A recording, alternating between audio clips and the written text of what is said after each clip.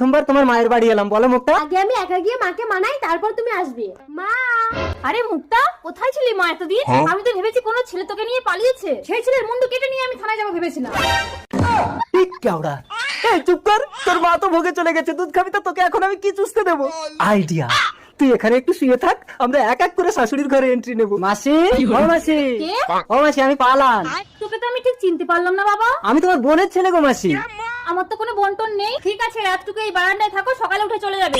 এই চলে আয় মুক্তা। আরে আরে আরে, সর্বনাশ, দেখদিনি দুধের বাচ্চা রেখে মা ঢুকে গেল, এখন আমি একে কি চুষতে দেবো রে? ঘুমা,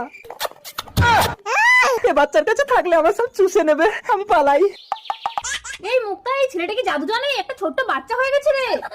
দেখেছো না কে কখন কোন রূপে আসে? কাউকে অবহেলা করতে নেই, যাও তাকে খুঁজে আনো। ঠিক আছে, যাও। কোথায় গেল ছেলেটা? ওই তো ছেলেটা।